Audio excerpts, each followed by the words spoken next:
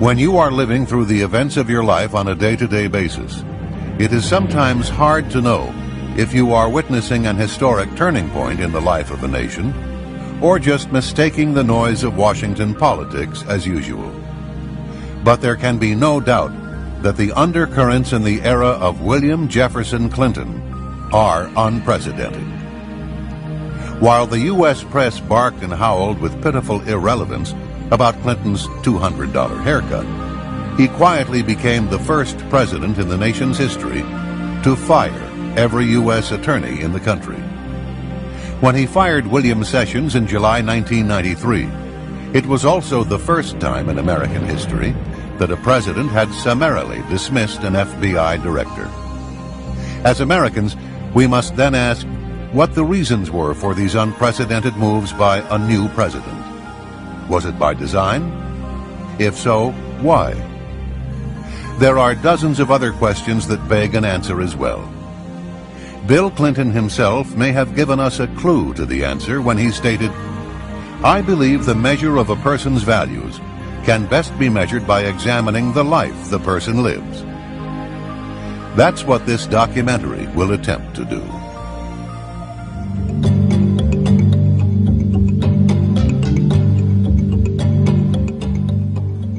During the 1960s, students were protesting the Vietnam War on college campuses throughout the nation. It was no different at the University of Arkansas. Here on the university campus, Clinton would climb into a tree where he would place a mattress and spend days on end to declare his own protest against the war. People in Fayetteville still recall walking a block out of their way just to avoid the strong stench that came from the ground below Clinton. In 1969, Clinton was called to London for a physical examination and was classified 1A, which meant Vietnam. Upon his return to Arkansas, Clinton drove to Fayetteville to the home of Colonel Eugene Holmes, commander of the Army ROTC unit at the University of Arkansas, where he begged to join the program. Clinton signed a letter of intent and gave a pledge to enter the University Law School. In the fall, he returned to Oxford, where he would help organize demonstrations against the United States outside the American Embassy. On December 2, 1969, in violation of his promise to enroll in the ROTC program, he applied to Yale Law School. On December 3rd, he wrote a letter to Colonel Holmes stating, quote, "Because of my opposition to the draft and the war, I have great sympathy with those who are not willing to fight, kill, and maybe die for their country," unquote. Mr. Clinton was described as a moocher and with no apparent income. Yet he left England for a 40-day trip to Scandinavia, the Soviet Union, and Czechoslovakia. Clinton stayed at one of Moscow's most exclusive hotels, the National. Clinton went on to Prague, where he stayed with Oxford friend Jan Kopold's parents, who were leaders in the Communist Party. The grandfather was a founder of the Czech Communist Party and a member of the party's Central Committee. In fact, Communist Czechoslovakia had been a training area for international terrorists. Shortly after Clinton's return to America, his friend Jan Kopold died mysteriously when he fell from the upper floors of a derelict building in circumstances that were unclear. Another close Clinton friend and a fellow draft dodger at Oxford was Frank Aller. When he returned to Spokane, Washington, he was found shot to death in September 1971. His death was ruled a suicide.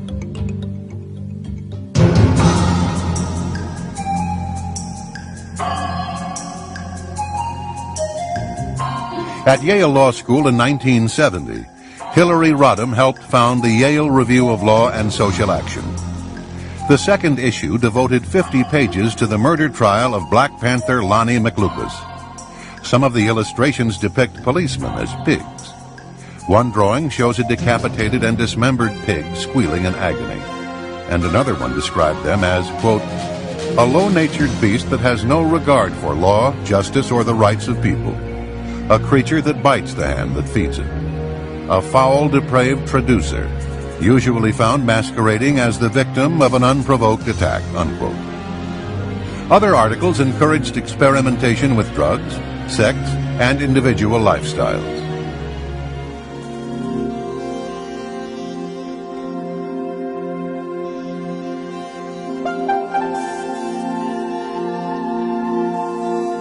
In Bill Clinton's Arkansas, some 2 million people remained among the poorest in the nation. Their average yearly income was less than the $20,000 annual fees at the Little Rock Country Club. Arkansas families earning less than $9,000 a year paid nearly 4 times more state tax proportionately than families making in excess of $600,000. Arkansas remained almost last in the United States in per capita expenditure for education, in the percentage of its students completing high school, and the proportion of its citizens with college degrees. Nowhere in America is the range so great as in Arkansas, wrote the Arkansas Times in 1992, from the multi-billionaire status of the Walmart Waltons to the abject poverty of the Delta region, where Lee County is listed as one of the 10 poorest counties in the entire nation. Infant mortality there is twice the national average, and 2/3 of all children never graduate from high school.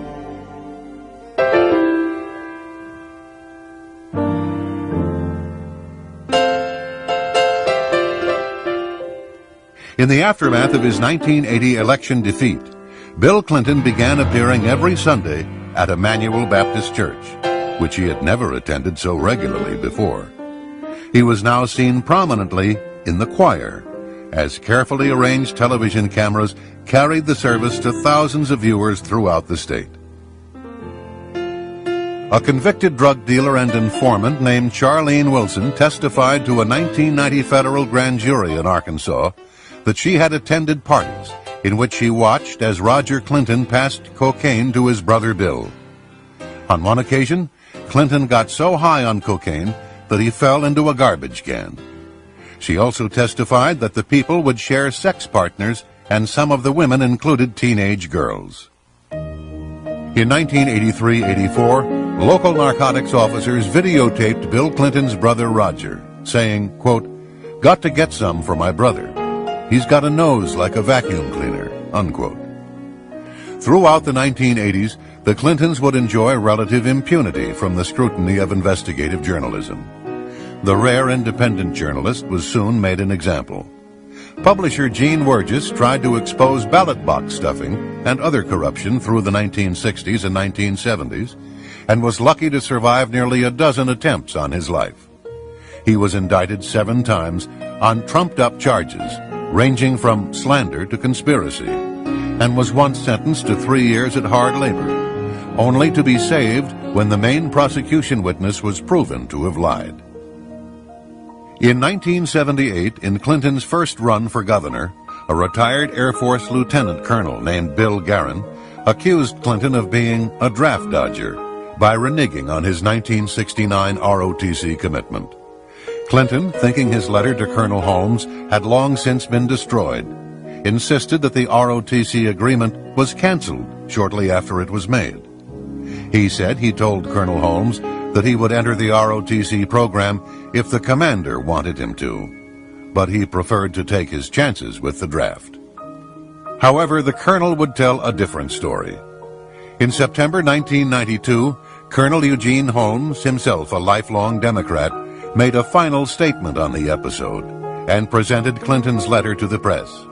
He stated that Clinton, quote, "purposely deceived me, using the possibility of joining the ROTC as a ploy, purposely defrauding the military, both in concealing his anti-military activities overseas and his counterfeit intentions for later military service," unquote. It was in this setting that Bill Clinton entered state politics in 1975. When he left in 1991, he had been governor for 12 years. What he had done in and for Arkansas, he claimed, qualified him to govern the nation.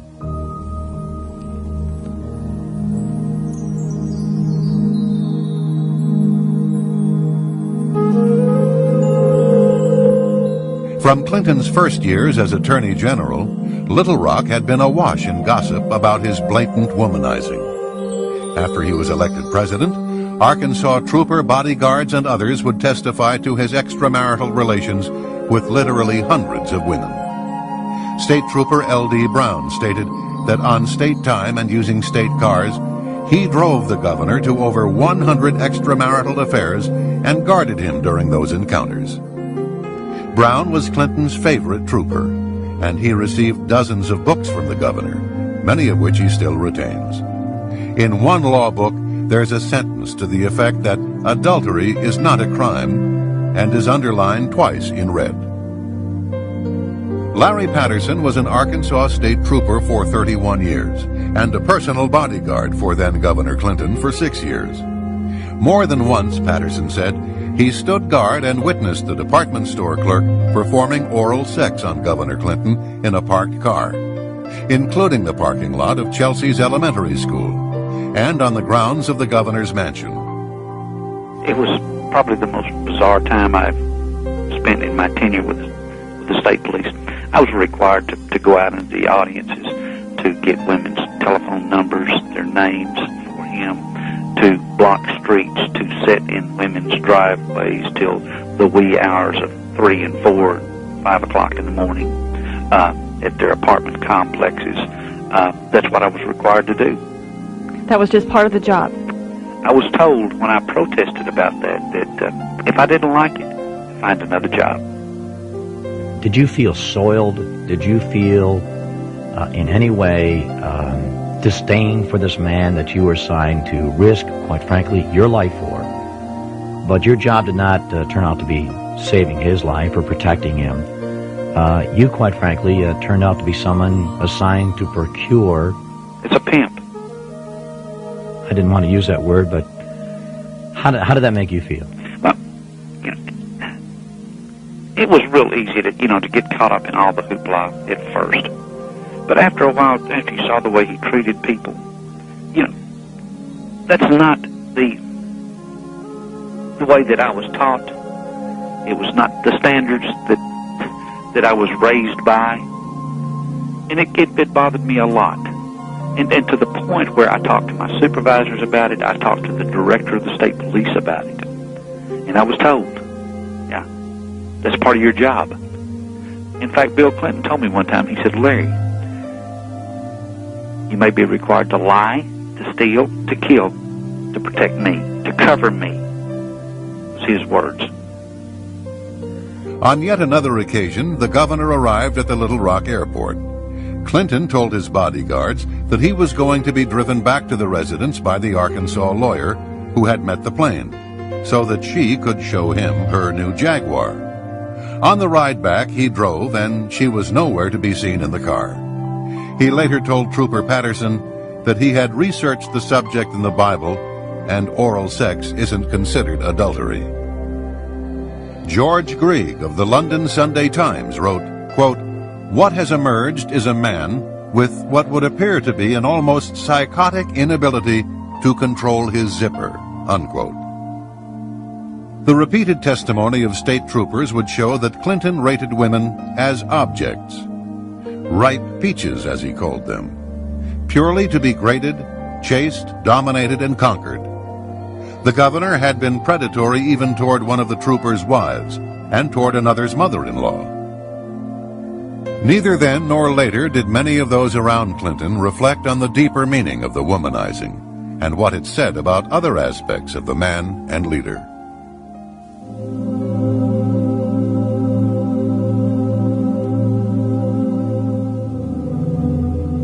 No fewer than 4 Arkansas state troopers, including 2 past presidents of the Arkansas State Troopers Association, have now provided detailed accounts of attempts to silence them because of their knowledge about Clinton's affairs with unmerited career promotions and job offers. Federal jobs was offered by Bill Clinton when Roger Perry and Danny Ferguson and Ronnie Anderson and I first came forward. If we would keep quiet, not say anything, that we could have U.S. Marshals jobs, that we could have FEMA directors jobs, if we would just keep our mouths shut. As Bill Clinton's presidential campaign got underway, some of the troopers were considering coming forward. The commander of Clinton's security detail then threatened Roger Perry and other troopers on behalf of the President of the United States. He said the troopers' reputations would be destroyed and that they themselves would be destroyed. Larry Patterson even received a handwritten note expressing concern about his health. Larry, did you fear Bill Clinton? Personally, no, I did not. After I got to know the man, if it came to a confrontation between a policeman and Bill Clinton would always back down. No, I was not physically afraid of Bill Clinton. I was afraid of his power. Larry, were you afraid of Bill Clinton's friends? You betcha. You betcha. He had some people that was quite scary, yes.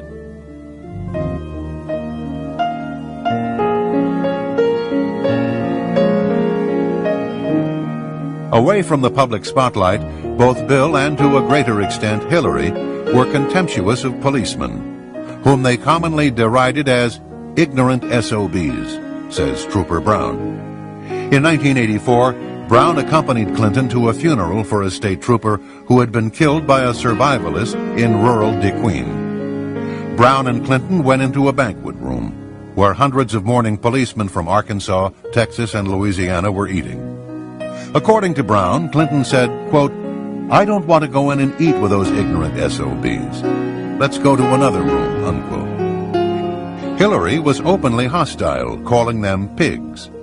One trooper said that Hillary forbade him to speak when he accompanied her on a trip to Washington because, as she put it, he, quote, "sounded like a hick from Arkansas," unquote. Another officer said, quote, "Deep down that woman really hated Arkansas, the people in it, and almost everything else except being top dog," unquote. Troopers volunteered to work several days of consecutive 16-hour shifts just to avoid traveling with her. After becoming president, her attitude remained the same. A Secret Service agent was quoted as saying it was obvious that she had a clear dislike for the agents, bordering on hatred, in his opinion. On another occasion, Secret Service agents heard Hillary's daughter Chelsea refer to them as personal trained pigs to some of her friends. One of the agents explained to her that he was willing to put his life on the line to save hers, and he believed that her father, the president, would be shocked if he heard what she just said to her friends. Chelsea's response was, "I don't think so. That's what my parents call you."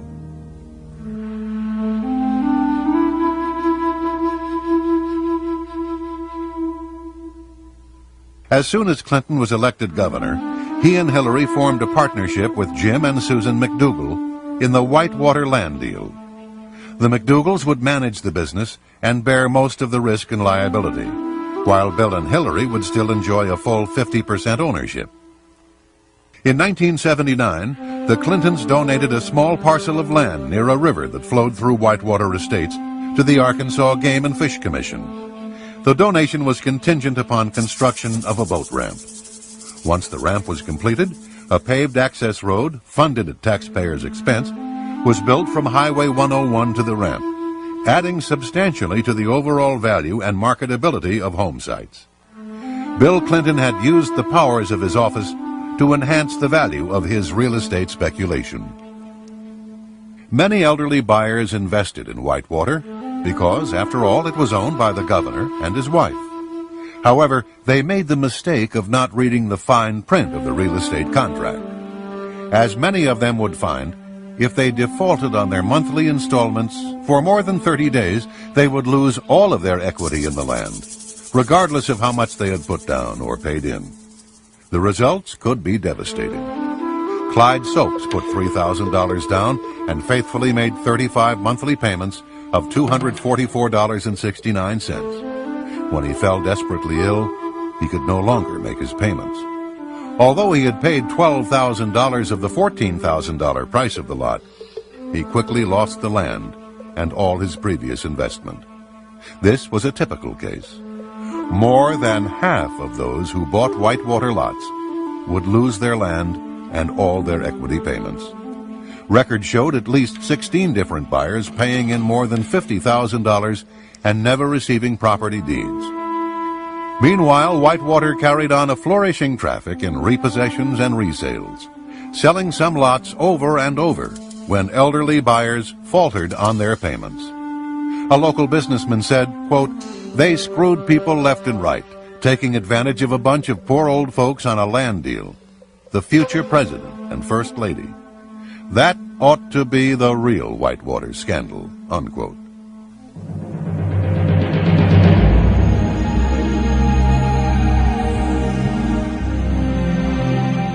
Real estate development was not the Clintons' only good fortune. Less than 2 months after launching Whitewater, Hillary Rodham began trading in the cattle futures market. She was allowed to open her account with a $1,000 deposit, rather than the $12,000 that mercantile exchange rules required. On October 11, 1978, her first transaction netted, within days, a $5,300 gain. Within a week, Hillary had won another $7,800 and $7,200 more only days after that. When she got out of the market in July 1979, her $1,000 investment had mushroomed into $100,000. Her 10,000% return on her investment was more than 5 times the rate of profit made by investors that had bought when she did and sold at the peak of the market during the same period. One commodities analyst said that the odds against such prescience and mastery trading would have been about the same as those of finding the Dead Sea Scrolls on the steps of the State House in Little Rock. In 1995, economists at Auburn and North Florida universities ran a computer statistical model of the First Lady's trades for publication in the Journal of Economics and Statistics. They concluded that the probability of Hillary Rodham's having made her trades legitimately was less than 1 in 250 million. Her broker, Robert Bone, was eventually given a 3-year suspension, one of the most severe sanctions short of criminal prosecution. A 1981 audit showed that Chelsea's nanny, Dessie Sanders, was employed at the governor's mansion from the time of Chelsea's birth to the time Clinton left office. The state of Arkansas does not pay for nannies, so Governor Clinton had Dessie Sanders listed on the payroll as a security guard. During the decade of the 1980s, the Clintons' income would put them in the top 3% of American families. Despite this, the Clintons would take nearly $200,000 off their taxes in charitable contributions. Yearly totals range from about $1,000 to well over $2,300. $30 for 3 shower curtains, $40 for an old pair of Bill's running shoes, and various amounts for discarded undershorts and shirts. The 1980s would prove to be very profitable for the Clintons. Ironically, during her husband's run for the presidency, Hillary would accuse the 1980s as being the decade of greed.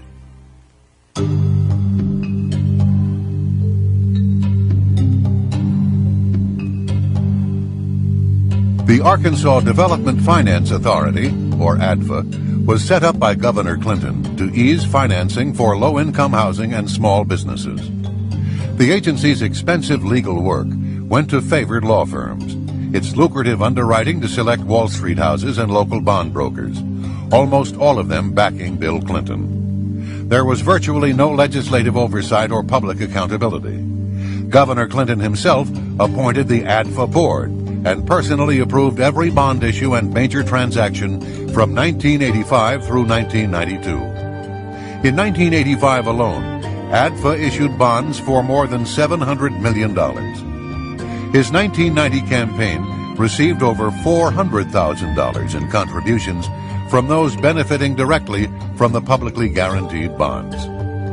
In the late 1980s, a nursing home chain called Beverly Enterprises was in financial trouble.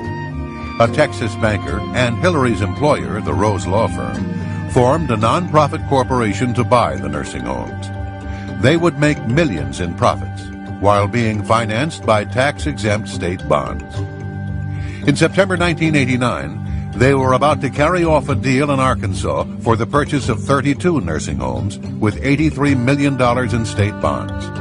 At the last moment, the deal collapsed when Attorney General Steve Clark claimed he had been offered $100,000 in campaign money as a bribe to drop his opposition to the Beverly bonds.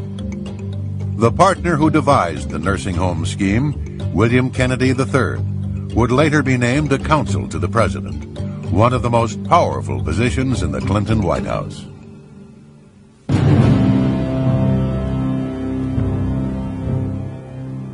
Dan Lasater was an Arkansas bond dealer and a close friend, as well as a major contributor to then Governor Clinton. Clinton awarded Lasater a $30 million bond to install a new police radio system for the Arkansas State Police. During this very period, Lasater was under investigation by the Arkansas Police for cocaine trafficking. Intelligence reports show that the Drug Enforcement Agency had opened a file on Lasater in 1983.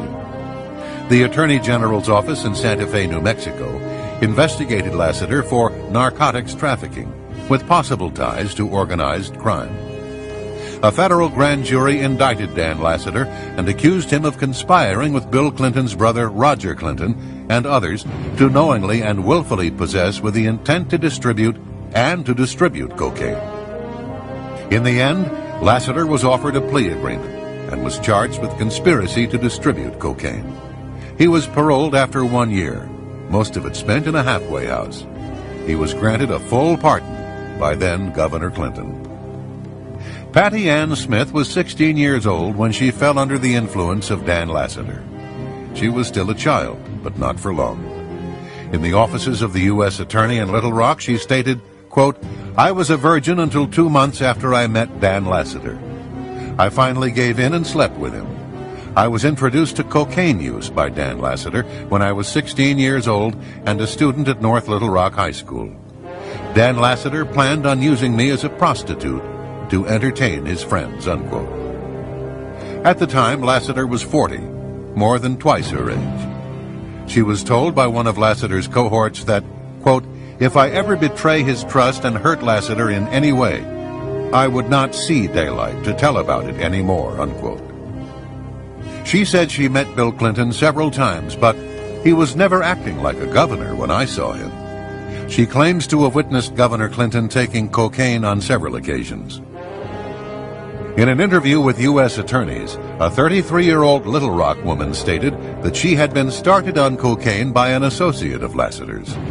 He warned her that she was as good as dead if she ever told anything about him or Lasater. As a circuit court clerk, Dennis Patrick's income was less than $25,000. Dan Lasater's brokerage company would secretly run over $100 million through Dennis's account. When the FBI found out, they informed Dennis that he would be an important witness in their investigation of Whitewater. The ATF soon learned that Dennis's life was in danger and informed him that a contract was out on his life. It was then that he began wearing a bulletproof vest. After 2 attempts on his life, the police arrested a man who admitted that he had been contracted for $20,000 to kill Dennis Patrick and his wife. Patsy Thomason was given power of attorney to manage Lasater's business empire while he was in prison. An employee at Lasater's firm told Dennis that Thomason was in charge and that she could put an end to his nightmare.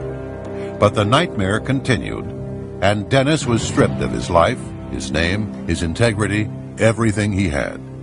He eventually fled the state for his safety as well as that of his family. Patsy Thomason was clearly a favorite of Bill Clinton. He appointed her executive secretary of the Arkansas Democratic Party, which helped build the foundations for his presidential bid. After the 1992 elections, she was given one of the most powerful positions in Washington, director of the White House Office of Administration. In this position, Thomason failed to provide proper security clearances for over 100 White House staff members, many of whom were alleged drug users. Under her direction, random drug testing for the White House staff was eliminated.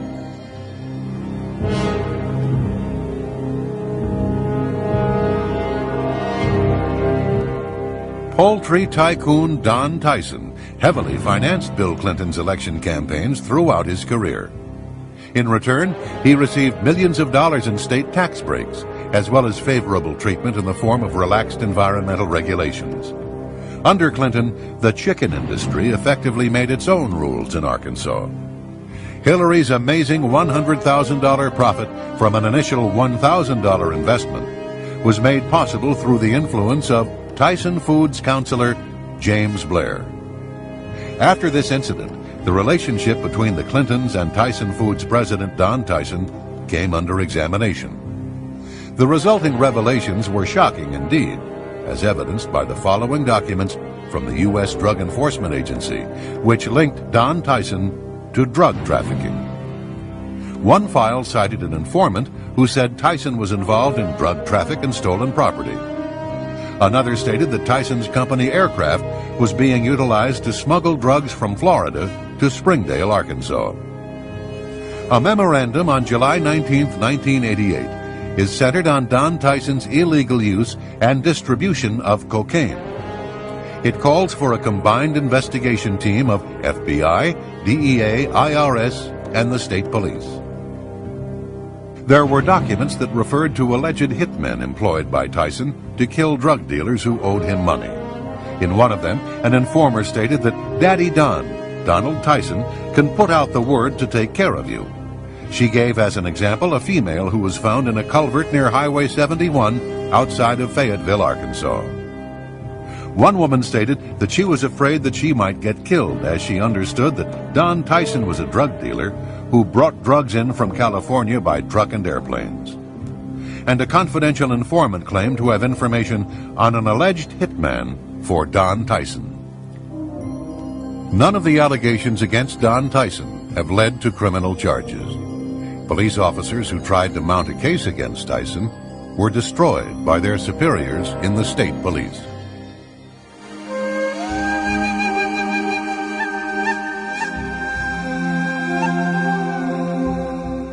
Mena, Arkansas is tucked away in the remote Ouachita Mountains of western Arkansas. It became the site of one of the most enduring conspiracy theories of the late 20th century. The core allegation is that the airport was used to transport weapons to the Nicaraguan Contras, with collusion and cover-up implicating Governor Bill Clinton. It was a multi-billion-dollar gun-running, drug smuggling, and money laundering operation. Barry Steele was a legend in the cocaine trade. His drug runs were flown in from Latin America, loads averaging 300 pounds of cocaine and worth at least tens of millions of dollars, and parachuted onto remote sites in Arkansas. By the sheer magnitude of the drugs and money its flights generated, tiny Mena, Arkansas became, in the 1980s, one of the world centers of the narcotics trade, and the base of what many believed was the single largest cocaine smuggling operation in U.S. history. Larry Douglas Brown was Bill Clinton's favorite among the troopers assigned as his personal bodyguards. Brown gave hundreds of pages of testimony under oath and supporting documentation that the governor had clearly been aware of the arms and drug running out of Mena as early as 1984. The state trooper watched in despair while the governor did nothing about it. In October of 1984, Barry Steele and Brown had lunch at Cajun's Wharf in Little Rock, a popular restaurant in the Arkansas River bottoms. In conversations over the next few weeks, Steele casually referred to Clinton as the Gov, and acted like he knew the governor, Brown recalled. By the summer of 1985, Steele became a scapegoat and was sentenced to a halfway house in Baton Rouge. It was there that assassins found him and gunned him down in his white Cadillac on a rainy February night in 1986. IRS agent Bill Duncan and State Police Detective Russell Welch had compiled a mammoth investigative file on the Mena operation. The material became part of an eventual 35-volume, 3,000-page Arkansas State Police archive, a meticulous presentation of the Mena case for a grand jury. However, the cases were effectively suppressed. Duncan and Welch were not even called to testify before grand juries, state or federal. Duncan and Welch watched the Mena inquiry systematically quashed and their own careers destroyed as the IRS and state police effectively disavowed their investigations.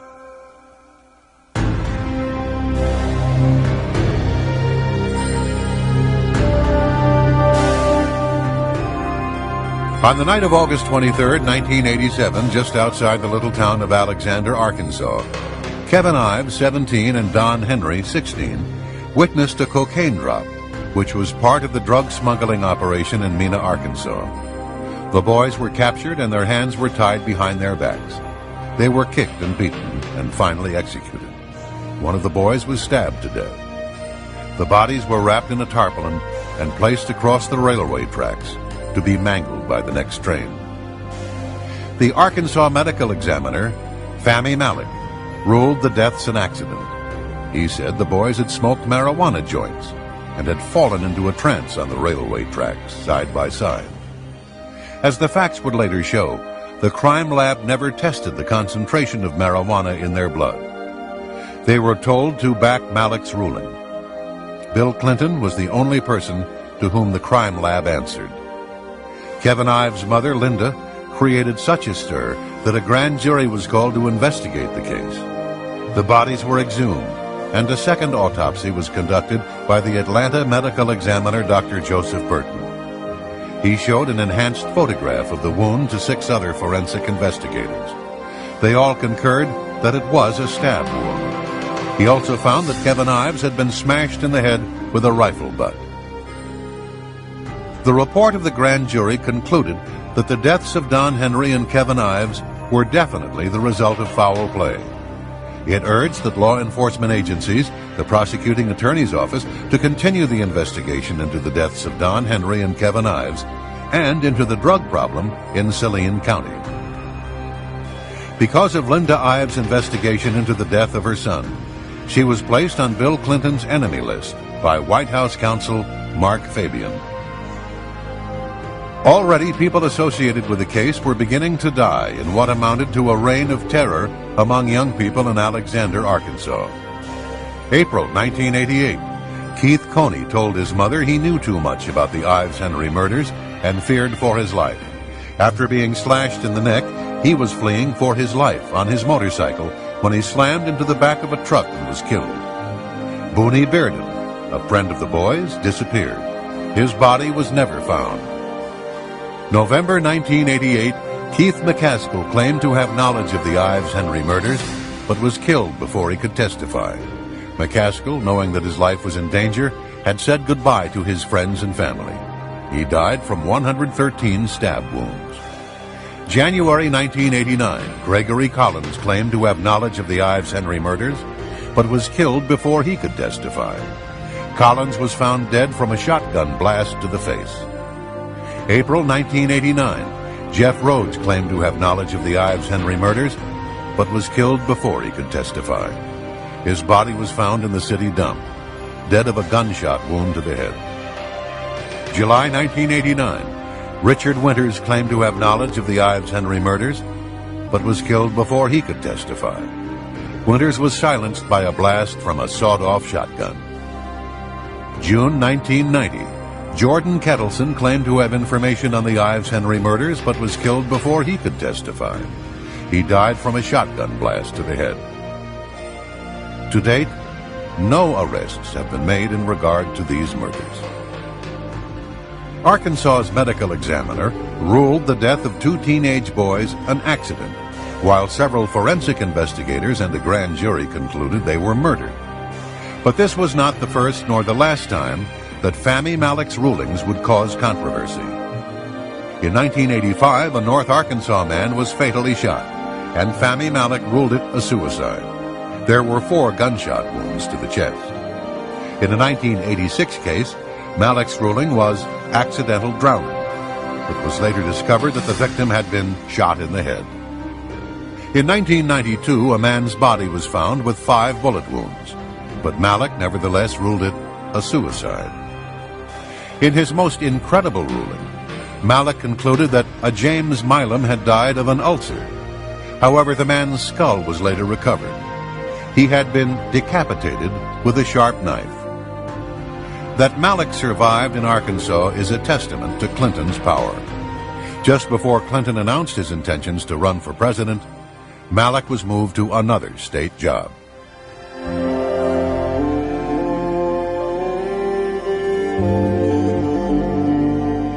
Union boss Arthur Coia has managed to build a political alliance with the Clinton administration. He attended the White House regularly to share breakfast with the First Lady and flew with Clinton on Air Force One. Even as Coia and the president gave each other gifts, such as expensive golf clubs, the Justice Department was filing a civil suit against Coia. It charged that he and his co-conspirators employed actual and threatened force, violence, and fear of physical and economic injury to create a climate of intimidation and fear. Members were intimidated into silence by violence, economic coercion, and by the known ties of local and international union officials with organized crime. Within days after a draft of the suit was delivered to Coia, President Clinton sent him 2 personal letters. One thanked Coia for his support of Democratic candidates, and another promised to share Coia's views on labor with Labor Secretary Robert Reich.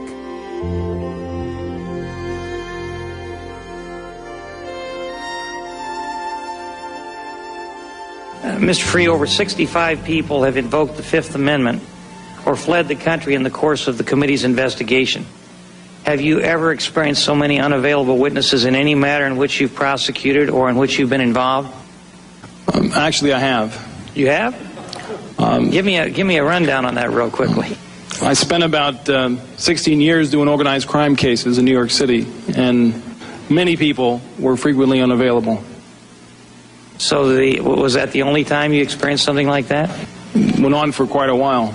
So the only time that you experienced anything like this was when you were investigating an organized crime syndicate?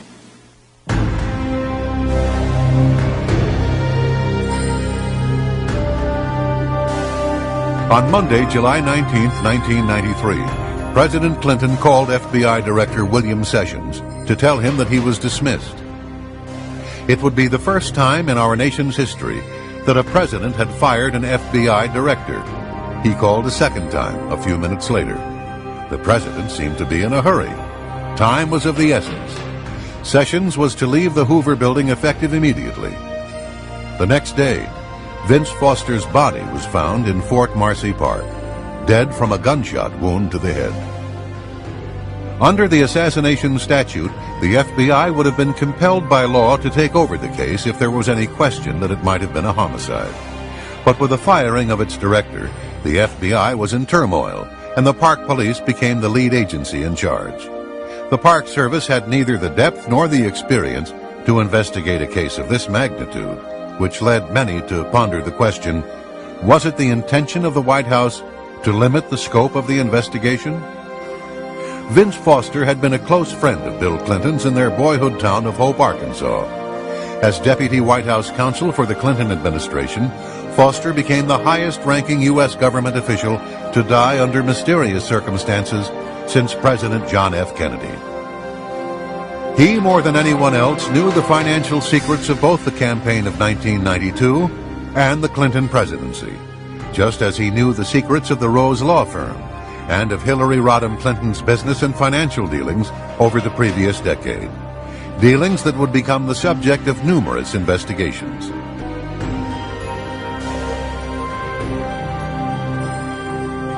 On July 22nd, Foster's briefcase was searched twice by Bernard Nussbaum in the presence of Justice Department officials and the U.S. Park Police.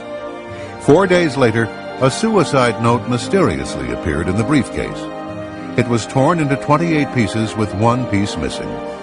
No fingerprints were found on the note, only a partial palm print of Nussbaum's. Distinguished handwriting experts were contacted, the most famous being Dr. Reginald Alton of Oxford University in England. The note, he said, was a fake. It was the work of a forger. Associate Independent Counsel Mikel Rodriguez was not a conservative. Indeed, when he arrived from California with his ponytail, his earring, and his leather jacket, there were some that said Kenneth Starr had gone too far in his efforts to recruit liberal Democrats and ethnic minorities to his team. Rodriguez spent his time combing through the archive of documents in the Foster case, and he didn't like what he saw. He managed to gain access to the locked files in the office of the Independent Counsel. Hidden inside was a folder of crime scene photographs that had been deliberately withheld from the prosecutor. Among them was the original Polaroid of Foster's neck. Rodriguez went to the Smithsonian Institution for enhancement of the original.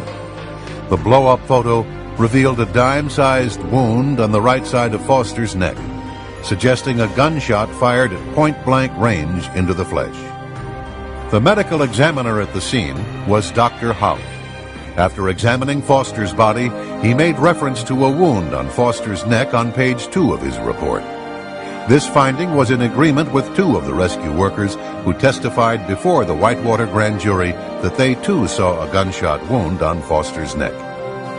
Incredibly, in the official autopsy report on Vincent Foster, a gunshot wound to the head is listed, but the wound on the neck is completely left out.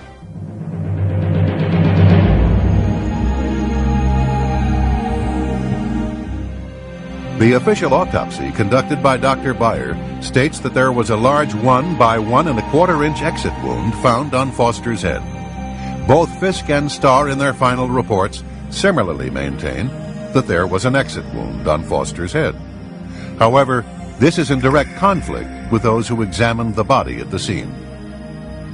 A .38 special will take the back of your head off, blood and brain matter everywhere. Yet no skull fragments or brain matter were found by the FBI or Park Police. 2 days after Vincent Foster's body was discovered in Fort Marcy Park, an FBI memo was sent to then Acting Director Floyd Clark. It says in part, quote, "Preliminary results of the autopsy include the finding that a .38 caliber revolver constructed from 2 different weapons was fired into the victim's mouth with no exit wound," unquote. This was in agreement with Detective John Rollo, who examined Foster's body at the scene. He agreed that there was no exit wound, and in fact stated that he thought the bullet might still be lodged in Foster's head. Paramedics Corey Ashford and Roger Harrison put the body in a bag for transport to the morgue, yet neither of them saw an exit wound or any blood, either on the body or on the ground beneath the body. This was in agreement with Dr. Hout, who examined the body at the scene and wrote in his report that the wound was mouth to neck. Paramedic Todd Hall was one of the first to arrive. He testified before the grand jury that he saw 2 men running away from the scene into the woods. Paramedic Richard Arthur, who had attended to 25 to 30 gunshot deaths in his 9 years as a rescue worker, believed it was a homicide. "I've just never seen a body lying so perfectly straight," he said. His colleague, Corey Ashford, also had coded the death as a homicide. For 4 months, Rodriguez probed the case. He called witnesses before a grand jury and soon discovered serious indications of a cover-up. By the early spring of 1995, he was starting to probe a hypothesis that the crime scene at Fort Marcy Park had been staged, that the gun had most likely been planted in Foster's hand, and that a crucial photograph of Foster's neck and head had been falsified. He turned to his boss, Kenneth Starr, for support. Nothing was done to resolve the matter. In March 1995, Rodriguez resigned. The only serious investigation ever conducted into the death of Vincent Foster came to an abrupt end.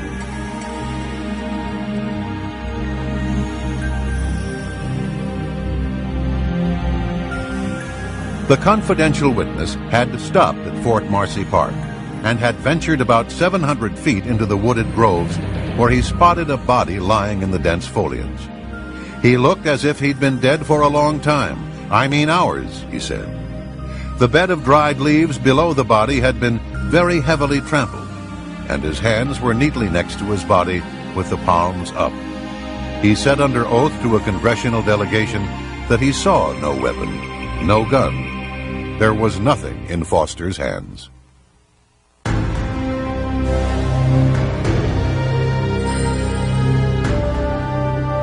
A Park Police Polaroid shows a .38 Colt revolver hooked on Foster's thumb. It was made from parts of at least 2 separate weapons, and it had 2 different serial numbers. The only recorded sale to gun retailers of both serial numbers was in 1913, and that was too old to trace. Foster's fingerprints were not found on the gun, although a print belonging to someone else was found under one of the detachable grips. A .38 special has a fierce recoil, and can throw one's hand back over their head.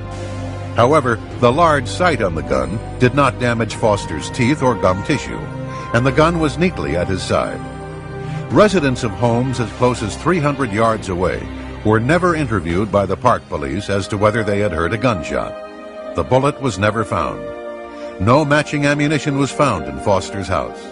Also, note the heavy foliage around the body, which is inconsistent with the dirt pathway in front of the second cannon where the police claim the body was found. Foster would have had to walk 700 feet into the park, yet the FBI lab tests found no coherent soil on Foster's shoes. Investigators doing simulation walks found an abundance of soil on their shoes.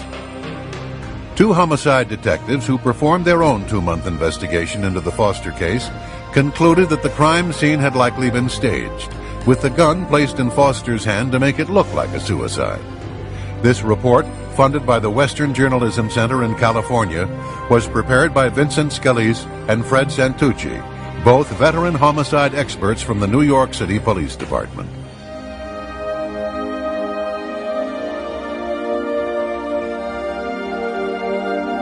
Two witnesses, Mark and Judy, were interviewed by the FBI in April 1994.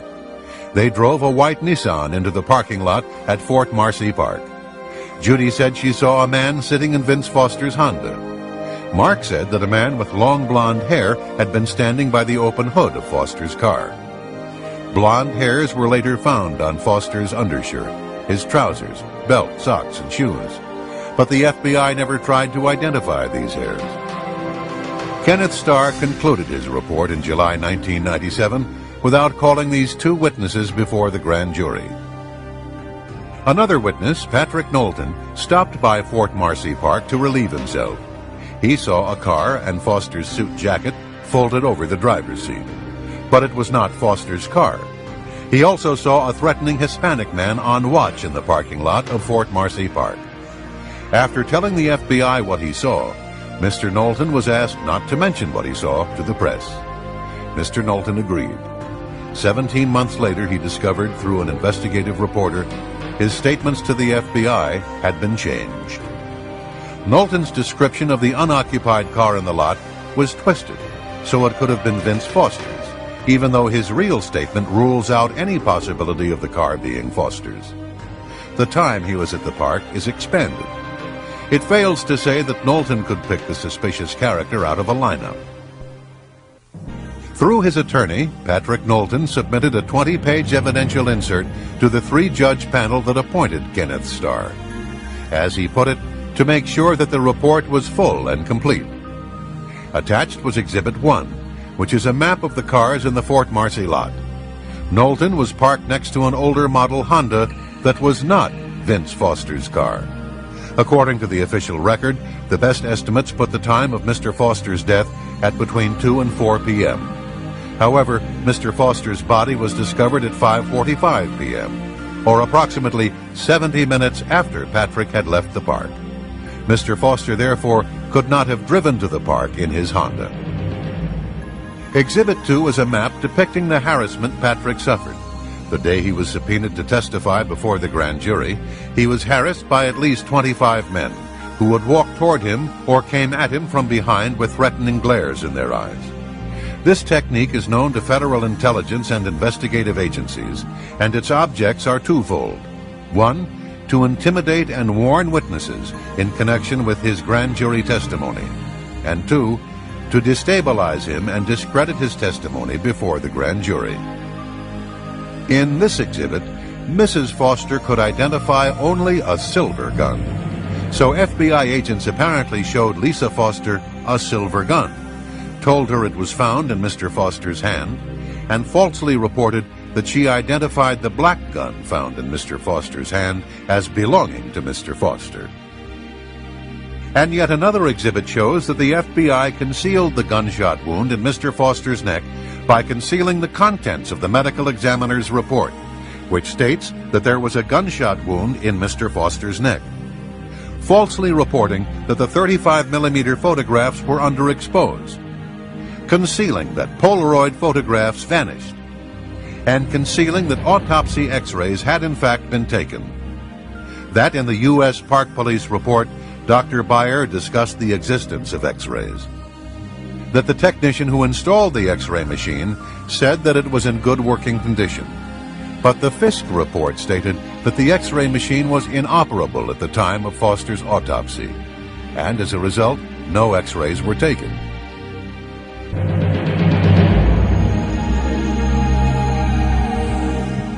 The sequence is crystal clear. In his notebook, Detective Rollo writes, "Dead body, Fort Marcy, warm sunny day." His handwritten notes also indicate that he called the Secret Service at the White House at 6:45 p.m. 20 minutes later, at 7:05 p.m., Secret Service logs show that Patsy Thomason checked into the offices of administration where Vince Foster's office was. Foster had kept important documents on Whitewater and other matters in his safe, and a short time later, a group from the Technical Security Division was logged in with her. They were experts in locks and safes. Trooper Roger Perry was on duty at the guard shack of the Arkansas Governor's Mansion when a call came through from the White House. Trooper Larry Patterson tells the story. I had just gotten off work, had driven from State Police Headquarters to my apartment complex. Arrived home no later than 5 p.m. When I was just inside my apartment. I had not taken off my uniform. I had not gotten a Coke or a glass of water or something out of the refrigerator. I was in my apartment looking at my mail, getting ready to undress. The phone rang. I pick it up. It's Roger Perry. He said, "Larry, you will not believe what just happened." He said, "Helen Dickey just called from the White House and said that Vince Foster had just gotten off work, walked out in the parking lot, and shot himself in the head." So this was the latest, 5 o'clock, 6 o'clock, Washington, D.C. time. Perry relayed the message to Governor Jim Guy Tucker. He also called Lynn Davis, the former commander of the Arkansas State Police. 4 men in Little Rock knew about the death of Vincent Foster before 6 p.m. Washington time, at least 15 minutes before the Park Police discovered the body in Fort Marcy Park. President Clinton appeared on Larry King Live at 9 p.m. It was being broadcast in the library of the White House. About 20 minutes before he went on the air, a CNN makeup artist was preparing the president for his television appearance when a man walked in and announced that a note had been found in Vince Foster's office. So the White House Secret Service, Chelsea's nanny, and 3 troopers in Arkansas had known for several hours, but Bill Clinton went on Larry King as if he knew nothing of Foster's death. At the time of Vince Foster's death, Hillary Clinton was in Los Angeles. As the LA Times reported, she cut her trip short and flew to Little Rock the day of his death. No reason was given as to the sudden change of schedule. Former FBI Director William Sessions stated that the Foster case had been compromised from the beginning. It was compromised when the White House took control of the FBI by firing Sessions the day before Foster's death.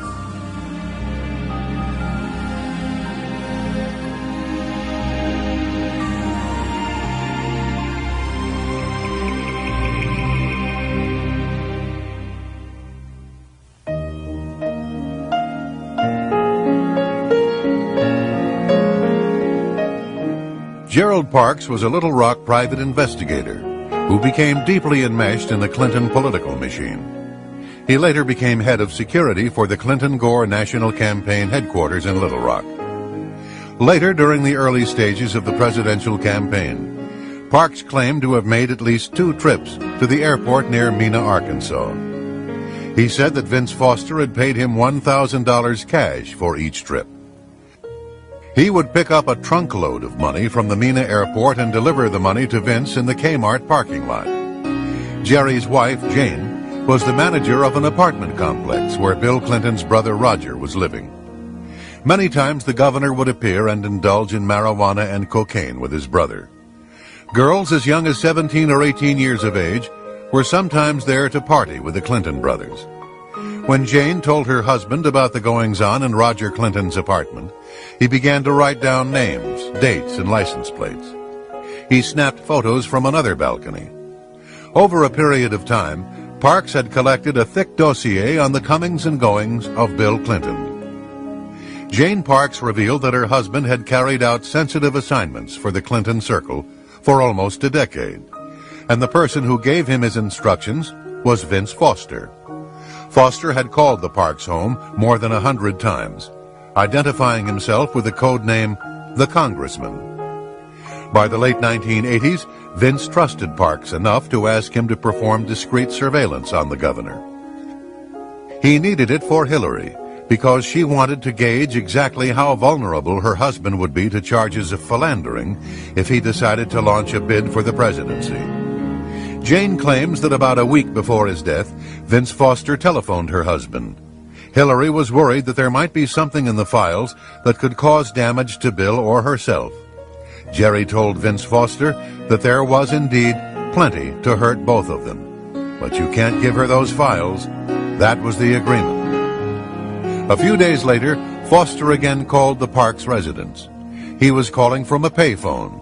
He said he was going to meet Hillary at the flat, and he was going to give her the files. Parks then said, "You can't give Hillary those files. She's capable of doing anything." 2 days later, Vince Foster was dead. When he learned of Foster's death, Jerry Parks told his wife, "I'm a dead man." For the next 2 months, he was in a state of fear. He would carry a pistol to fetch the mail. On his way to the office, he would double back or take strange routes. 2 months later, on a Sunday afternoon, Jerry had dinner at El Chico Mexican restaurant.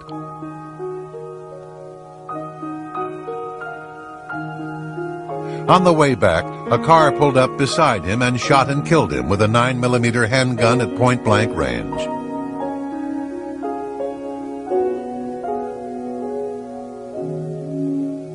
His home was broken into before he was murdered. The only thing taken from his home was the files he had on Clinton's activities.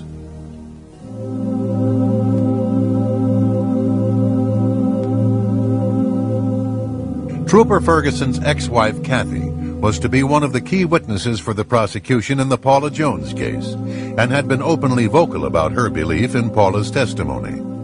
4 days after Paula Jones filed her lawsuit against Bill Clinton, Kathy Ferguson was found dead of a gunshot wound to the head. Her death was ruled a suicide.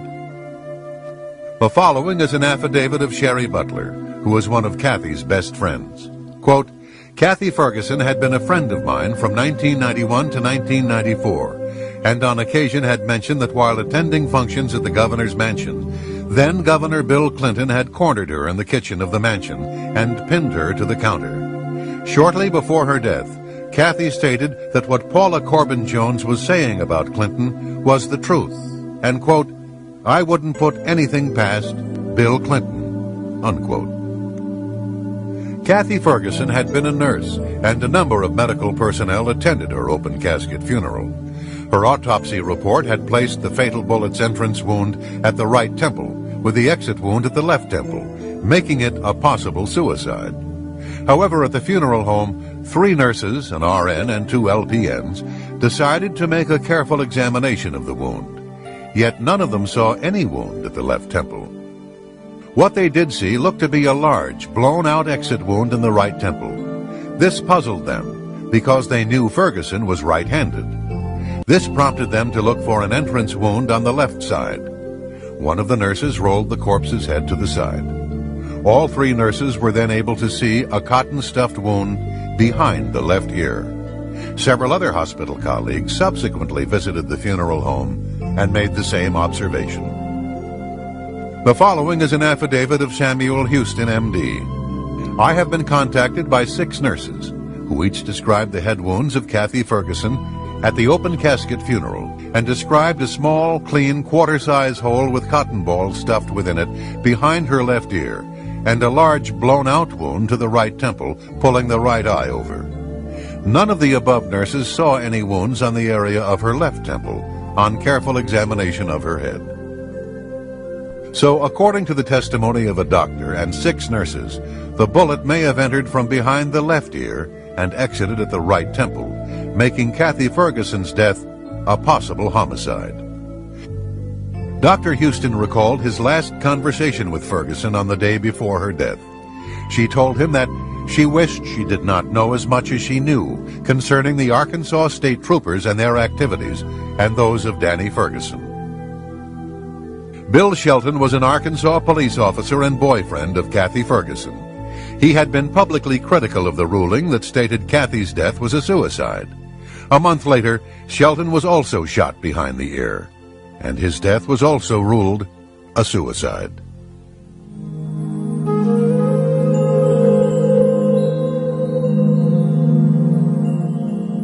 In November 1993, Kathleen Willey was leaving the Oval Office from a private meeting with President Clinton when she ran into her friend, Linda Tripp. Willey told Tripp that Clinton kissed her and fondled her. Tripp described Willey as disheveled. Her face was red, her lipstick was off, and she was flustered. Kathleen's husband, Ed Willey, was manager of the Clinton Presidential Finance Committee. He was found shot to death a few hours after his wife's incident with Clinton. The death was ruled a suicide.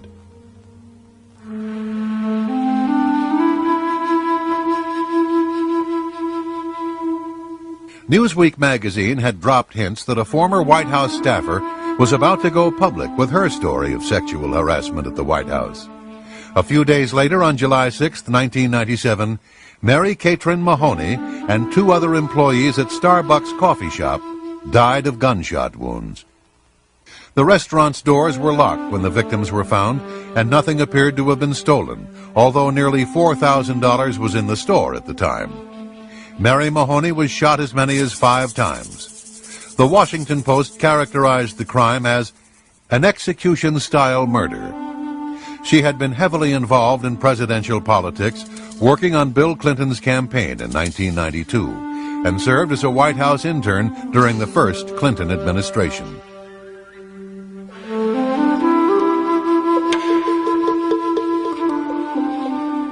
November 1997.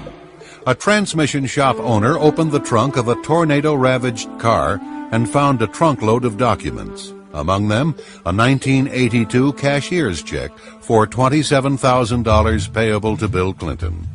The source of the funds for the check was the McDougal Savings and Loan. The shop owner, Johnny Lawhon, was reluctant to talk about his discovery. He said, quote, "Clinton is the most powerful man in the world," unquote. Lawhon later died in an automobile accident. James McDougal had stated, quote, "Immediately concurrent with the check being found, I started getting a lot of heat. I am a prisoner of the executive branch," unquote. He was serving a 3-year sentence in the Federal Medical Center in Fort Worth, Texas, and was cooperating with the independent counsel into the investigation of the president. He was scheduled to testify before the grand jury. Against doctor's orders, McDougal was given an injection of Lasix, a diuretic. He was then put in solitary confinement, where he died of cardiac arrest.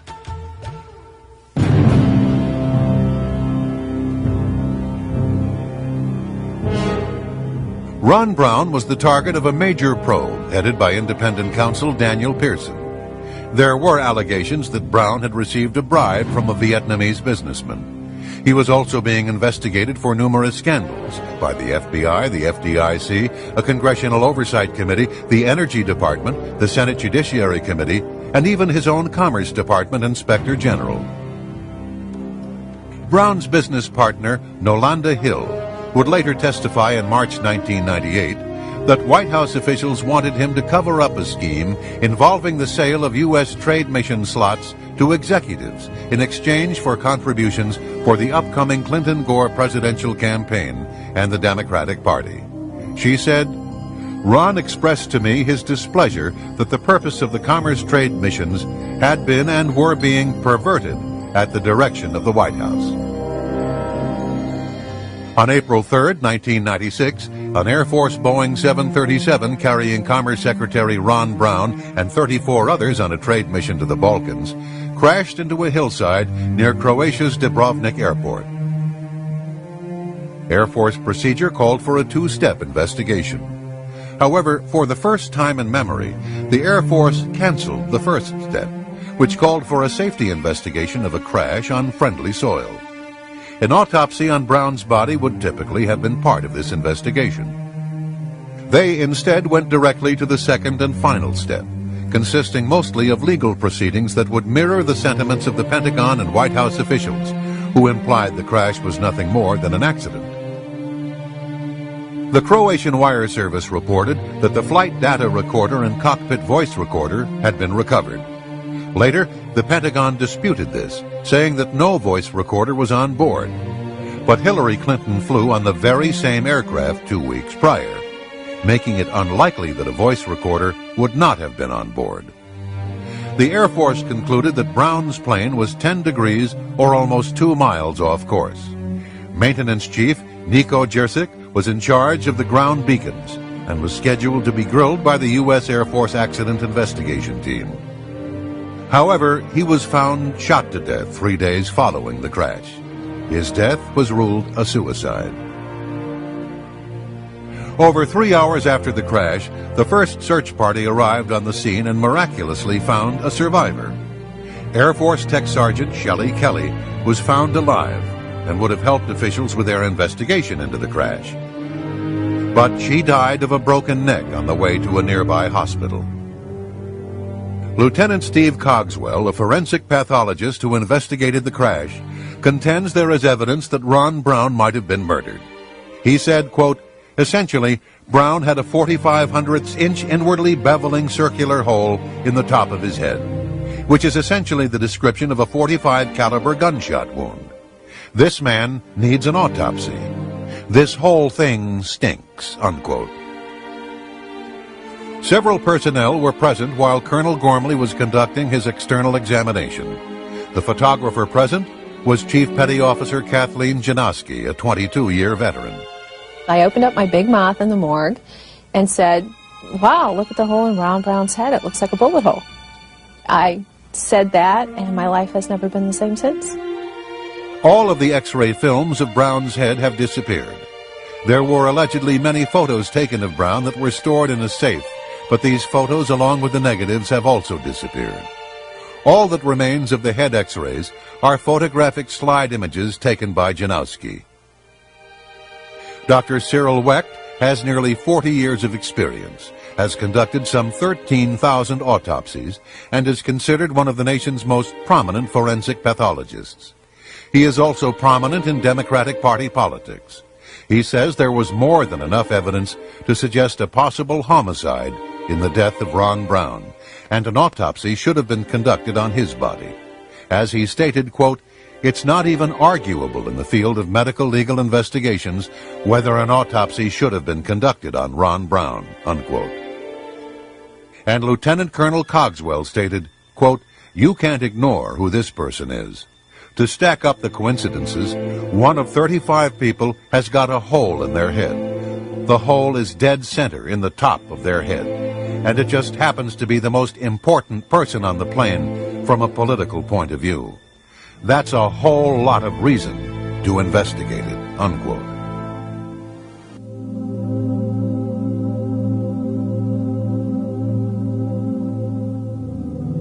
In late 1993, the White House Office of Personal Security, headed by Craig Livingstone, illegally obtained from the FBI the confidential background files on more than 900 Bush administration officials and other perceived enemies of President Clinton. At the request of Hillary Clinton, the files were to be uploaded onto White House computers so that sensitive information could be shared with the Democratic National Committee.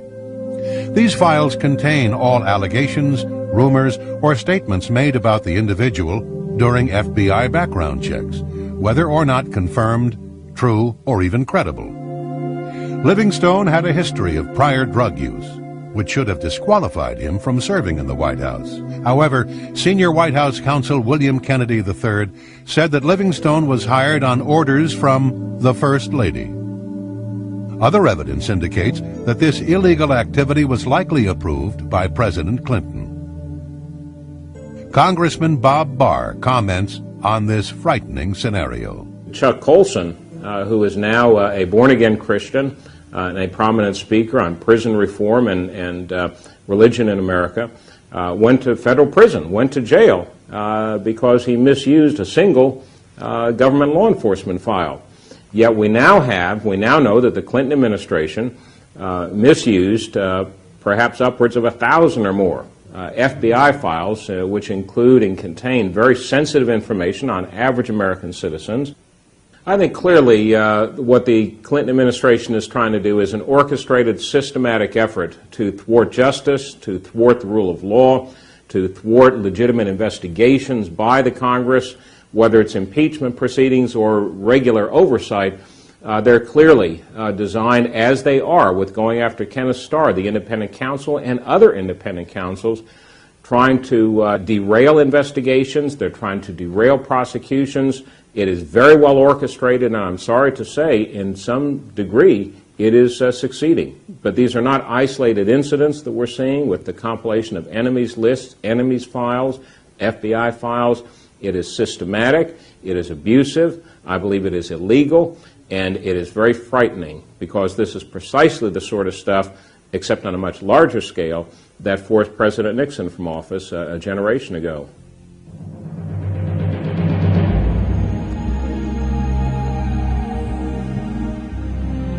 Who was the biggest contributor to the Clinton-Gore ticket in 1992? Not a corporation, not a labor union, not a Hollywood mogul, but Indonesian businessman James Riyadi, who gave $450,000 to elect Bill Clinton. The Riyadis and their executives gave an additional $600,000 to the Democratic National Committee and Democratic state parties. The Riyadis' corporate flagship is the Lippo Group, a multi-billion-dollar financial conglomerate with business ties to China's communist government. The patriarch of the business empire, Mokhtar Riyadi, and all three of his sons have fled the country. In 1977, Mokhtar Riyadi became partners in one of America's largest investment banks, Stevens Incorporated in Little Rock, Arkansas. His son, James Riyadi, interned there and soon began a friendship with Arkansas Attorney General Bill Clinton. Thus began a friendship that has lasted 20 years and has spread a web of intrigue, financial corruption, and foreign influence into American government. In return for their generosity, the Riyadis and their friends were given unparalleled access to the White House. On the afternoon of April 19, 1993, 80 members of the Branch Davidian religious cult were holed up in their compound outside Waco, Texas. On that same day, James Riyadi, John Huang, and other Chinese officials were visiting President Clinton in the Oval Office. The television in the corner showed CNN's live coverage of the burning compound as 17 American children were dying in a burning inferno. But the president took time out to give his visitors a tour of the White House. In their book, Year of the Rat, Edward Timberlake and William Triplett have connected the dots between the Clinton White House and the Communist Chinese. Some examples are as follows. The Riyadi family, with connections to Communist China's KGB, became the largest contributor to the Clinton-Gore campaign in 1992. Communist agents and representatives of Chinese organized crime were granted extraordinary access to the White House. They had targeted Bill Clinton 15 years earlier when he was an obscure politician in Arkansas. America's defense and foreign policy have been twisted to benefit Clinton and Gore foreign backers, including the Chinese military. Nearly 100 witnesses have either fled the country or taken the Fifth Amendment. William C. Triplett II is the former chief counsel to the Senate Foreign Relations Committee. He has 30 years of experience working on China and national security. We asked him about the Riyadi family. They tried to come into the United States in the late 70s in Georgia. That didn't work out. Ultimately, they ended up in Little Rock. And in Little Rock, in the late 70s, the heir apparent to the family fortune met Mr. Clinton when he was then Attorney General of Arkansas, and there have been perhaps 20 years worth of friendship from thence. Their man in the United States was a man named John Huang, who was also ethnic Chinese from Taiwan, and he joined them overseas. And he looked after their business interests here and also their campaign contributions. He was in charge of writing the checks and making sure that it happened. In 1992, Mr. Clinton, in the spring, was in trouble. It had been discovered that he was a draft dodger. The Jennifer Flowers business had come out, and he was out of money for the New York primary. What happened then was that the Riady family has a bank in Arkansas that they could influence, and the bank gave loaned $3.5 million to the Clinton campaign, and that was enough to get him the nomination. So I think one could say that they were instrumental in getting him the nomination and the election in 1992. It's really quite outrageous for a dollar that an American citizen provides to a candidate or a party of their choice being neutralized by a dollar coming in a million times over from a foreign source, not just a foreign source, but a foreign adversarial source, namely Communist China. The Riady family is not a public charity. They wanted something for their money. So after Bill Clinton got elected, they sent a letter to Bruce Lindsay, who was in charge of personnel in the Clinton administration, saying that they had invested in Mr. Clinton. What they wanted was for their man, John Huang, to be moved into the American government, and they succeeded. In January 1994, Huang, who had been the area manager for Riady's bank in Little Rock, received a top-secret security clearance for his new job at the Commerce Department. According to phone records, Huang made over 400 calls to various parts of the Riady and Lippo Empire. 170 calls were to Hong Kong, Indonesia, and Red China. CIA agents have testified that they gave Huang 37 classified one-on-one briefings in his office at Commerce. They estimate that he could have seen as many as 550 pieces of American intelligence. Huang later went to work for the Democratic National Committee, where he would have normally lost his security clearance. But much pressure was put on Assistant Commerce Secretary Charles Meissner, and Huang was able to keep his security clearance. Charles Meissner later died in the same plane crash that killed Ron Brown. One official said, "A lot of secrets died with Chuck Meissner." We now know that during the 1996 campaign, John Huang was actively seeking campaign funds for Bill Clinton from Asian sources, who have ties to organized criminal syndicates, narcotics trafficking, gambling, prostitution, and Communist China's intelligence services. During this same period, he had access to highly classified information. Lieutenant Colonel Liu Chaoying is the daughter of General Liu Huiqing, China's premier PLA officer and an old revolutionary communist soldier. She also studied Marxism-Leninism at the Chinese People's University in Beijing, a major training center for the future Communist Party officials. Colonel Liu is a communist. She is a high-tech spy. She was an official of 2 red Chinese companies that deal in arms trafficking. She ran at least tens of thousands, maybe hundreds of thousands of dollars through Johnny Chung into the Democratic National Committee, and she met Clinton twice at fundraisers. According to FBI Director Louis Freeh, Chinese criminal gangs called triads have emerged as a significant and violent force in the United States, committing contract murders, extortion, drug trafficking, kidnapping, prostitution, weapon smuggling, and money laundering. The triads have been guests of the Clinton White House many times and have made illegal contributions to the Clinton-Gore re-election campaign. Neg Lap Seng is a Macau criminal syndicate figure who visited the White House on many occasions. He attended a number of fundraisers and even sat next to the president at some of them. Neg Lap Seng and others are partners in Angdu International of Thailand, a firm that procures Thai women, many of them underage, for prostitution. In May 1996, these men were honored guests at a Clinton fundraiser. Charlie Tree is another person from Taiwan. He grew up in a rough neighborhood that is the breeding ground for a criminal element called triads. He came to the United States to work in the kitchen of his sister's Chinese restaurant in Little Rock.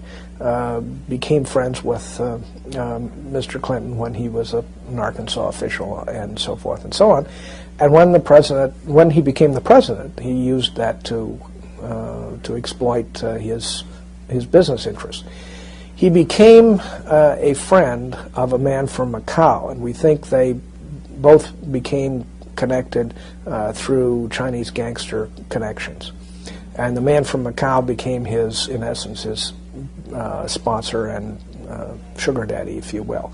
The man from Macau is in the business of exploiting women for prostitution. He owns a hotel in Macau that is a brothel, and with two other men, he owns a separate company that procures Thai women for prostitution in Macau. Charlie Tree had been in Little Rock since the late 1970s and had known the Clintons for almost as long.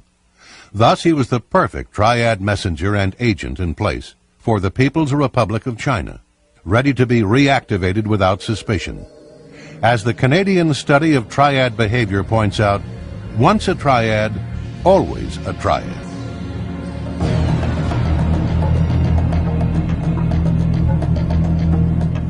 For the past 50 years, the United States has guaranteed Taiwan's independence against Communist China's threat of forcible reunification.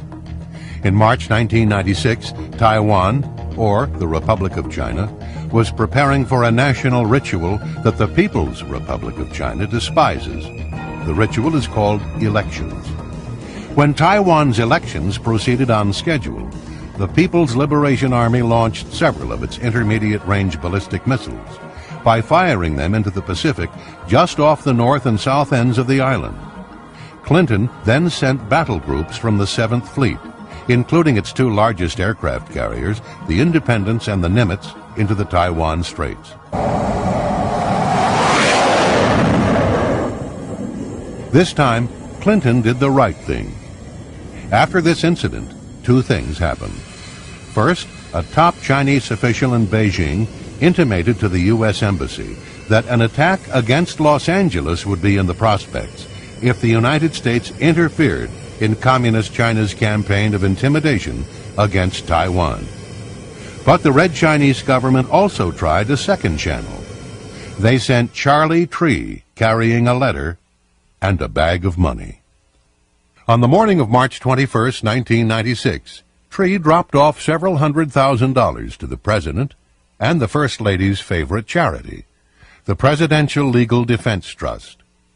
On the same day, Tree also delivered to the White House a letter about the situation in Taiwan. Excerpts from the letter are as follows. Once the hard parties of the Chinese military inclined to grasp U.S. involvement as foreign intervention, is U.S. ready to face such challenge? It is highly possible for China to launch real war. I hope the President will carefully consider these issues and make the decisions that are beneficial to the U.S., China, and Taiwan altogether. President Clinton's reply letter read, "The redeployment of the Independence and the Nimitz was intended as a signal to both Taiwan and the PRC that the United States was concerned about maintaining stability in the Taiwan Strait region. It was not intended as a threat to the PRC." This letter was a complete sellout of Taiwan. Clinton, in effect, was saying that his administration would no longer be prepared to deter Beijing from any menacing actions it may take toward Taiwan. Bill Clinton had caved in the face of pressure from Beijing, by a letter that was not delivered through public or diplomatic channels, but by a man whose previous experience was a member of a notorious triad gang, a fry cook from a Chinese restaurant in Little Rock, who was under indictment for violating election laws.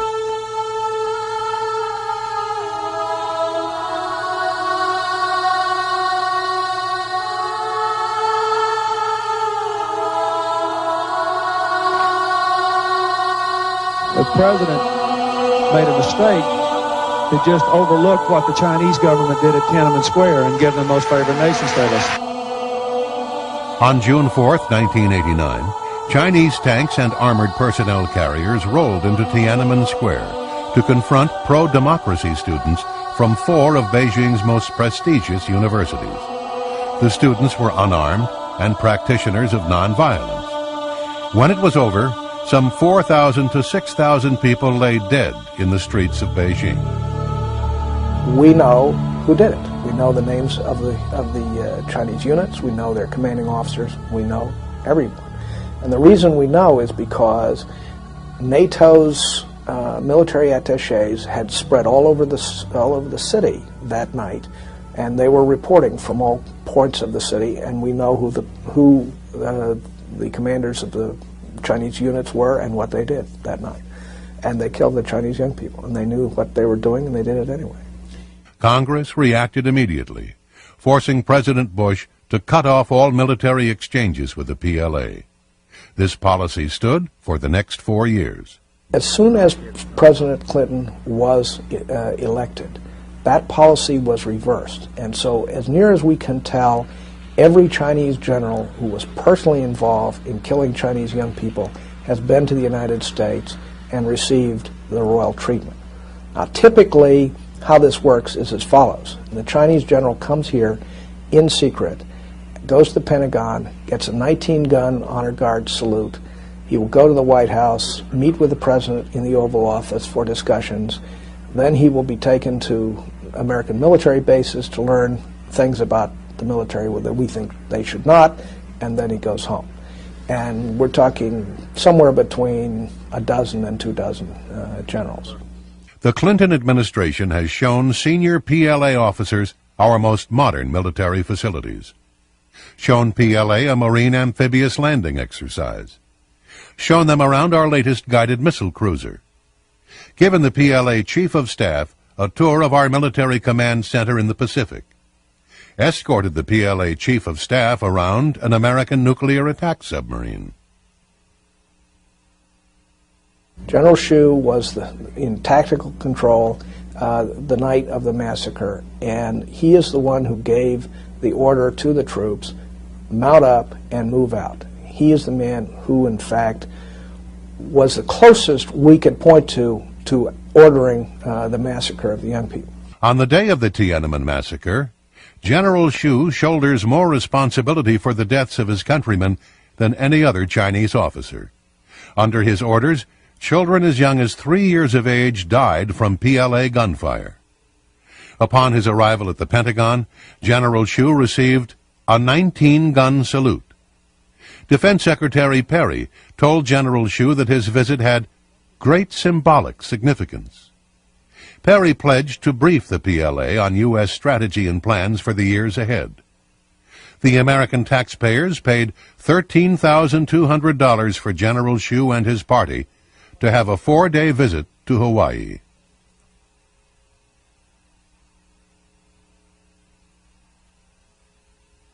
The China Ocean Shipping Company, otherwise known as COSCO, is a merchant marine that is essentially a naval arm of the People's Liberation Army.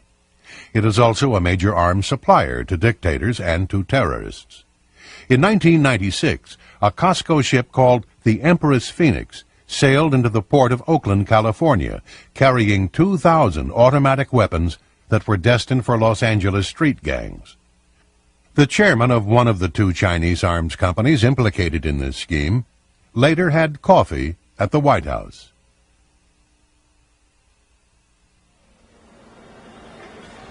The naval station in Long Beach, California closed in 1991, but it did not remain unoccupied. A Marine Reserve training center that had been destroyed by an earthquake was allowed space there. But COSCO also wanted the naval station. So in November 1996, the White House placed a series of phone calls to Long Beach officials. The Clinton administration made it clear that leasing the port to COSCO was their preference. In the end, the United States Marines lost their space, and Communist China's COSCO, with the help of Bill Clinton, got what they had lobbied for. They got control of the naval station at Long Beach. Johnny Chung is a Taiwanese businessman, lives in Southern California. Probably a little bit better than some of the rest of this crowd that shows up in this little drama, we think, marginally better. He was trying to promote his business interests, and he was pretty honest about how he saw things. For example, he's famous for saying that the White House is just like a turnstile in a subway. You have to put coins in to pass the gate. And he put a lot of coins in, something in the order of several hundred thousands of dollars. In fact, he dropped a $50,000 check on the First Lady's chief of staff one time when he was visiting. Depending on what records you used, he went in and out of the White House 50 to 60 times, something like that. And the question then is, where did the money come from that he was donating to the Democratic National Committee? And we believe that a lot of the money he was donating came from Chinese military intelligence sources. Johnny Chung went to Hillary Clinton with a number of requests for Chinese officials. A meeting with President Clinton, a tour of the White House, lunch at the White House, a photo opportunity with the First Lady, an invitation to attend the President's radio address. Every request was granted, and on March 11, 1995, Johnny Chung, with his communist Chinese friends, attended President Clinton's weekly radio address. It all fell into place after Chung handed a check for $50,000 made out to the DNC, the Democratic National Committee, to Hillary's chief of staff, Maggie Williams, following a March 9th photo opportunity with the First Lady.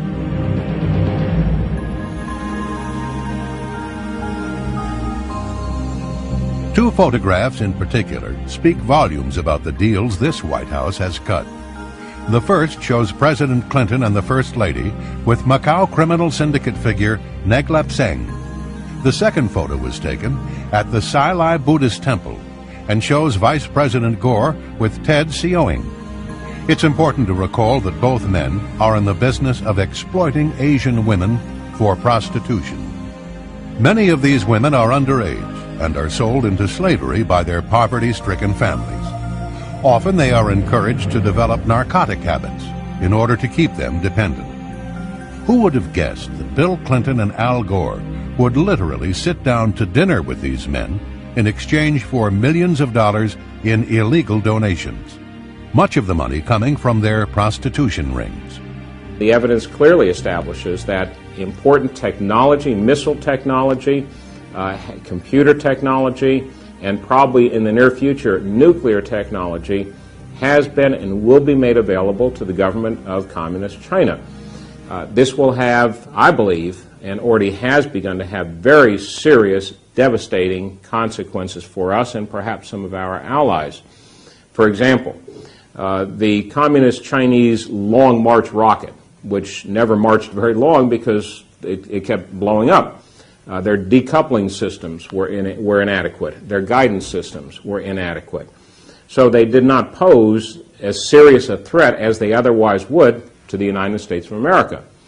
Now, as a result of decisions by the Clinton administration to relax export controls and based on actions by certain U.S. companies who put the almighty dollar ahead of our national security and the national security of this country and our citizens, Communist China now has been able to remedy the problems with their long-range rockets, those that would be targeted at the United States or that are used to launch satellites into orbit.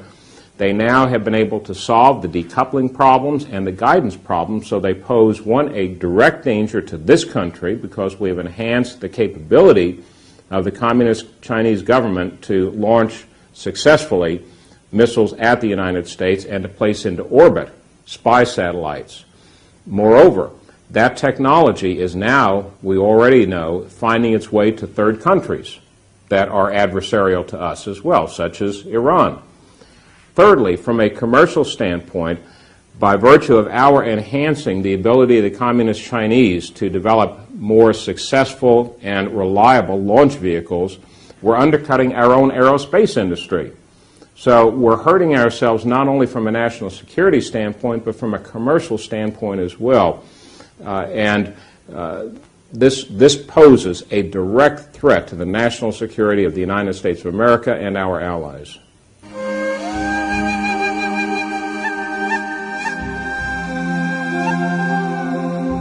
The following are a few of the many casualties of those having knowledge or involvement in one or more of the Clinton scandals. In order to save time, only a partial list is shown. July 1978, Susan Coleman allegedly became pregnant after having an affair with Clinton, a problem which threatened to disrupt Clinton's election bid. She committed suicide by shooting herself in the back of the head. August 1991. Danny Casoloro was a reporter who investigated various scandals in Arkansas, including Clinton's Arkansas Development and Finance Authority and MENA. He had warned his family that his life was in danger, and if he were found dead of an apparent accident or suicide, not to believe it. Casoloro was found dead in a bathtub in a West Virginia hotel room with his wrist slit. His death was ruled a suicide. July 1992. C. Victor Racer II was a national finance co-chairman of Clinton's presidential campaign, who died in a plane crash near Anchorage, Alaska. With his inside knowledge of the Clinton administration, he allegedly had become disillusioned by what he had seen and thus became a potential liability. His son Montgomery also died in the same crash. Herschel Friday was a member of Victor Racer's campaign finance committee. Although he was a top-notch pilot, he died a year and a half later when his plane crashed and exploded as it approached the runway. His death was ruled an accident. September 1992, Paul Tully, Democratic National Committee political director, was a friend and trusted advisor of Clinton's. He was found dead due to unknown causes in his hotel room. December 1992, Paula Gober was a speech interpreter and had traveled with Clinton extensively from 1978 until her death. She died in a car accident. December 1992, Jim Wilhite was an associate of Mac McLarty's former firm. He had called McLarty just hours before dying in a skiing accident. January 1993, Ed Cawley, a former Clinton campaign finance chairman in Arkansas, was found dead in a hotel room. May 1993, John Wilson, a Washington, D.C. city councilman, had decided to come forward with inside knowledge he possessed regarding Whitewater. Wilson was found hanged. His death was ruled a suicide. June 1993, Paul Wiltshire, a Washington, D.C. attorney, wrote a 105-page letter to Attorney General Janet Reno describing evidence he had concerning drug and gun running out of Mena, Arkansas. On the first page of his letter, he stated, quote, "The lives of key participants, other witnesses, and even myself are now in grave danger as a result of my passing this information on to you. If you let this information fall into the hands of the wrong persons, some or all of those who know the truth could well be silenced in the very near future," unquote. Wiltshire was found dead in his apartment. The coroner did not rule on the cause of death. August 1993, John Walker was a senior investigator for the Resolution Trust Corporation. He was looking for information concerning a $50 million transfer from an RTC fund in Chicago to Madison Guarantee Savings and Loan to cover up a $47 million embezzlement scheme that included Whitewater and the Clintons. Walker mysteriously fell to his death from an apartment balcony. His death was ruled a suicide. September 1993. Dr. Stanley Hurd was a longtime friend and family physician of the Clintons and was chairman of Hillary's Health Reform Committee.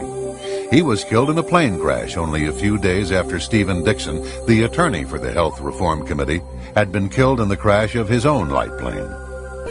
March 1994, Dr. Donald Rogers, the Clintons' dentist, was traveling to meet London Sunday Telegraph reporter Ambrose Evans Pritchard with information on the Clinton scandals.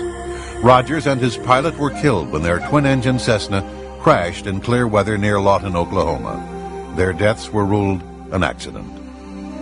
May 1994.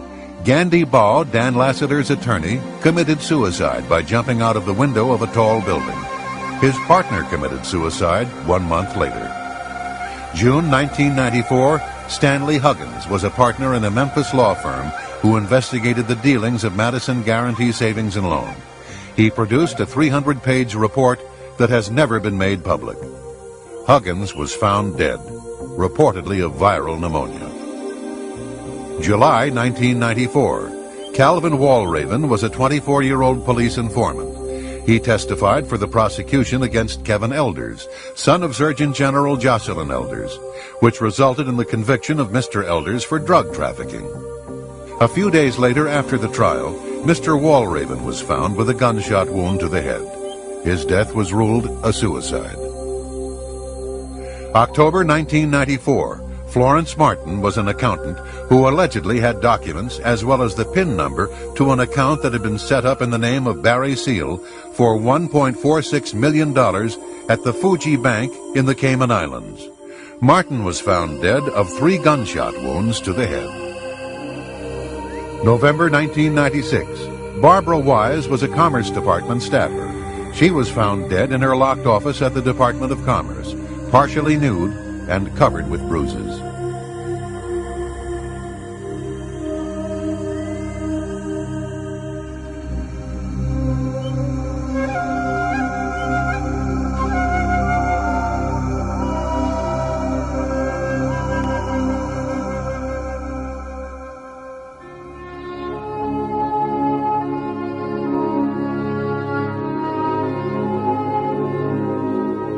In their scramble to secure and maintain power, Bill Clinton and Al Gore have left a legacy of corruption, making unscrupulous bargains for campaign cash, selling out our national security, losing our nation's technical edge, catering to Red Chinese agents, arms smugglers, and gangsters, and enabling the People's Republic of China intelligence to penetrate our political and defense establishments. The damage they have done is deep, but there is perhaps a treatment for this cancer that has befallen this nation. Wall Street Journal contributing editor Mark Halperin described President Clinton as, quote, the most corrupt, fraudulent, and dishonest president we have ever known, unquote. His remedy? One word will do justice. One word. Impeach. Impeach now! Impeach now! Impeach now! I did not have sexual relations with that woman. Impeach now!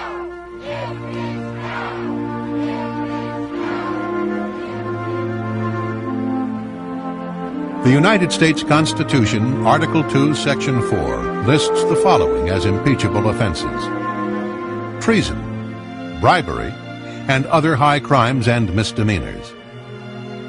Therefore, on December 19, 1998, the United States House of Representatives voted on articles of impeachment against William Jefferson Clinton. He was found guilty of providing perjurious, false, and misleading testimony to the grand jury, and he prevented, obstructed, and impeded the administration of justice. Secretary, by direction of the House of Representatives and pursuant to House Resolution 614, I hereby deliver these articles of impeachment. Would you hold this? Hear ye, hear ye, hear ye. All persons are commanded to keep silent on pain of imprisonment while the House of Representatives is exhibiting to the Senate of the United States articles of impeachment against William Jefferson Clinton, President of the United States. William Jefferson Clinton, by such conduct, warrants impeachment and trial and removal from office and disqualification to hold and enjoy any office of honor, trust, or profit under the United States. Bill Clinton has become just the second president in U.S. history to be impeached. The evidence is overwhelming that Mr. Clinton has committed serious crimes against the people and government of the United States. Crimes such as accepting bribes from such shady figures as the Red Chinese military, organized crime kingpins, and internationally wanted thieves in exchange for U.S. governmental support for their schemes. Obstructing justice by withholding key evidence, encouraging others to lie under oath, and arranging for others to receive payoffs in exchange for their silence. aiding foreign powers considered to be enemies of the United States by giving them access to top-secret information, restricted military armaments, and a safe haven on U.S. soil, all in exchange for large campaign contributions.